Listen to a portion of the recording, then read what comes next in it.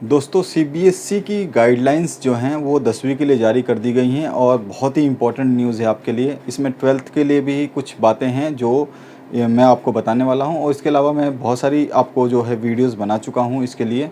और अभी लेटेस्ट में 3 बैक टू बैक वीडियोस बनाने वाला हूं मैं, और 3 बैक टू बैक वीडियोस आपने देख लिए तो समझ लीजिए आपकी सारी कन्फ्यूज़न दूर हो जानी है, सारी की सारी कन्फ्यूज़न दूर हो जानी है। तो सबसे पहला वीडियो जो है इसमें आप देख रहे हैं, जैसे साइड में मैं आपको दिखा रहा हूँ, आपके मेरे बैक स्क्रीन में देख सकते हैं सीबीएसई यानी कि अतिरिक्त विषयों के मूल्यांकन का फार्मूला तय।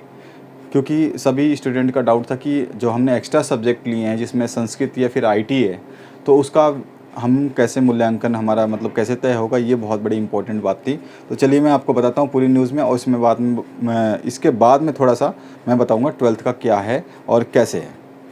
तो सबसे पहले अतिरिक्त विषय का अंक मुख्य 3 विषय के आधार पर होगा, यानी कि मुख्य 3 विषय कौन से होंगे और उसके आधार पे क्या होगा, ये चीज़ मैं आपको बताने वाला हूँ इस पूरी गाइडलाइन में। जो आप पीछे देख रहे हैं पूरी बोल्ड हेडलाइन है उसके हिसाब से। सबसे पहले सीबीएसई स्कूलों में 10वीं के विद्यार्थियों के रिजल्ट को लेकर मूल्यांकन कमेटी अंक तैयार कर रही है। इस बीच सीबीएसई ने स्कूलों को विद्यार्थियों के अतिरिक्त विषयों के मूल्यांकन का फार्मूला तय कर भेज दिया है। यानी कि सीबीएसई ने क्या करा है कि एक पर्टिकुलर एक मेथड बनाया है, उसके हिसाब से उन्होंने स्कूलों को आदेश दे दिया है कि आपको इस तरह से पास करना है जो एक्स्ट्रा सब्जेक्ट हैं उसमें।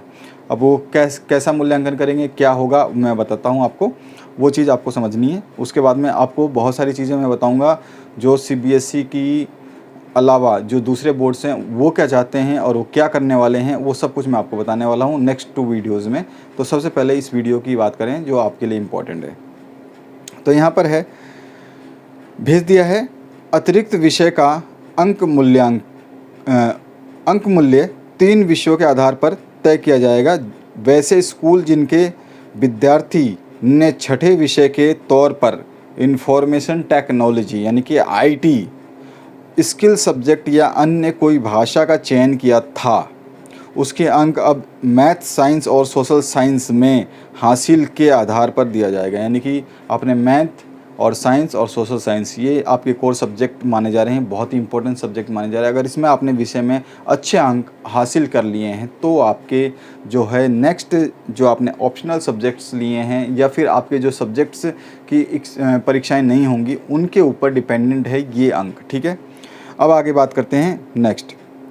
विद्यार्थियों को 7 विषय लेने की छूट थी। आपको जैसे पता है वैसे ही आपको, अगर आप सीबीएसई थे तो आपको पता होगा, 10वीं में पढ़ रहे विद्यार्थियों को मुख्य विषय के तौर पर 5 विषय लेना अनिवार्य है। ये तो सिंपल है, कंपलसरी है। इसमें जो आपका हिंदी, इंग्लिश, साइंस, एसएसटी, उसके बाद में आपका जो है संस्कृत आता है। संस्कृत कई लोग जो है दूसरा विषय ले लेते हैं, बाकी ये सिंपल सब्जेक्ट है। तो इसमें आपका कौन कौन से सब्जेक्ट हैं, इसमें अगर हम 5 विषय की बात करें तो English, math, science, social science और हिंदी शामिल है। ठीक है, इसके अलावा अतिरिक्त विषय के तौर पर 2 विषयों के चयन की छूट थी, यानी 2 विषय आप अपनी मर्जी से ले सकते थे।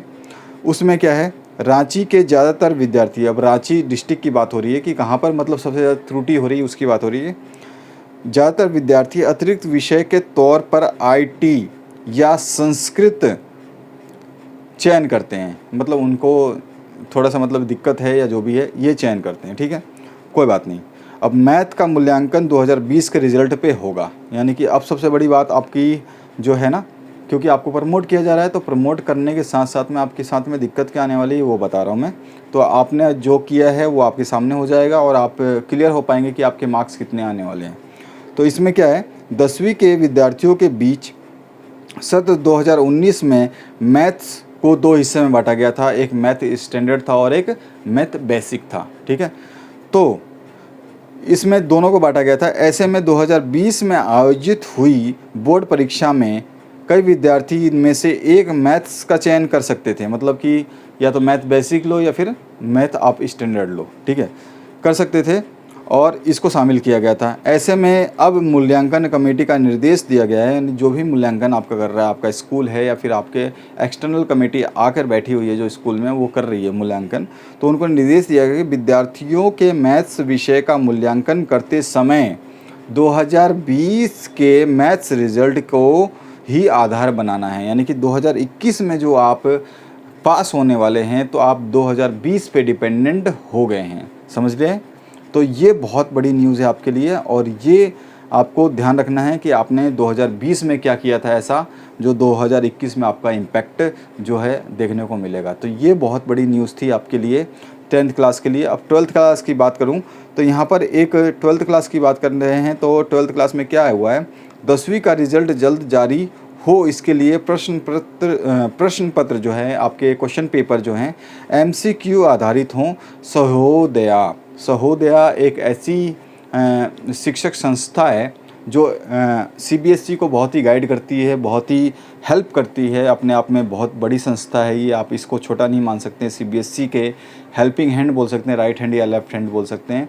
ये आपके मूल्यांकन की प्रक्रिया को सॉल्व करती है, आपके नंबर का डिसाइड जो भी होता है क्या पैटर्न करना है वो भी डिसाइड करती है। उसके अलावा जितने भी आपके पाठ्यक्रम हैं उनको निर्धारित करती है। मतलब बहुत सारी चीज़ें इसमें ये इसका योगदान है। तो सहोदया क्या बोलती है, CBSE स्कूलों के सहोदया समूह के प्रधानाचार्यों की जो ऑनलाइन बैठक हुई है उसमें बुधवार को बैठक हुई थी, उसमें इसमें रांची सहोदया स्कूल कॉम्प्लेक्स के चेयरमैन जो है समरजीत जाना जो उसके चेयरमैन हैं समेत 36 प्राचार्य शामिल हुए थे। मतलब 36 प्रिंसिपल्स शामिल हुए थे।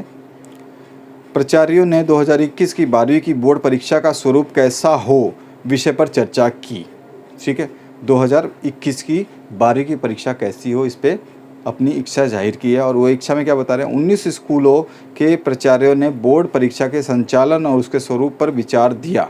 मतलब हुई तो काफ़ी लंबी बैठक, मतलब 36 आदमी आए थे और 36 में से केवल 19 लोगों ने अपनी राय दी है।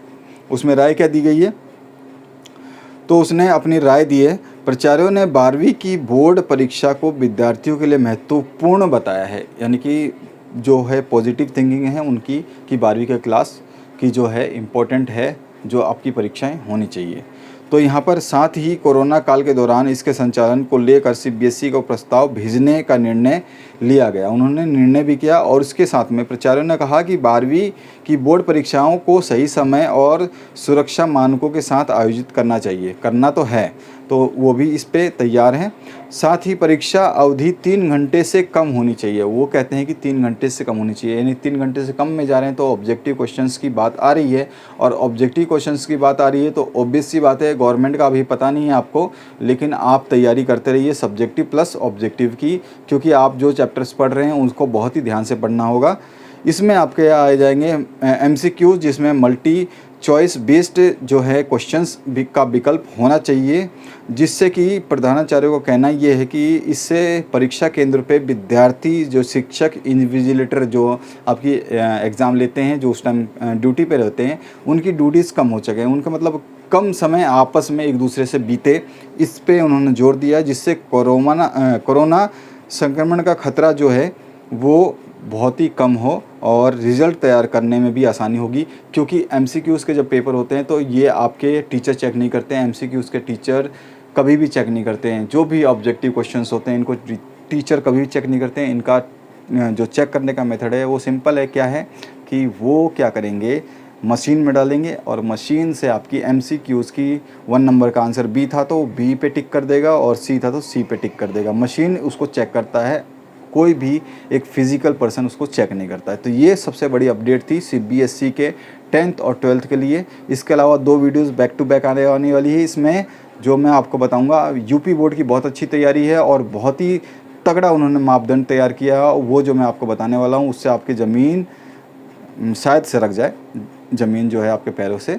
और बाकी CBSE का दूसरा जो पैटर्न बताऊंगा उसमें क्या कहा गया है दूसरे बोर्डों के द्वारा, कितनी हाँ कही गई, कितनी ना कही गई है, मतलब पूरे अपने हिंदुस्तान के कितने बोर्ड्स राजी हैं एग्ज़ाम लेने के लिए, वो मैं बताने वाला हूं। तो बने रहिए इस वीडियो के साथ में और नेक्स्ट वीडियो को आप ज़रूर देखें ताकि आपको समझ में आ पाए कि आप जो हैं अब किस लेवल पे हैं और आपको कितनी तैयारी करने की ज़रूरत है। Thank you very much for watching this video.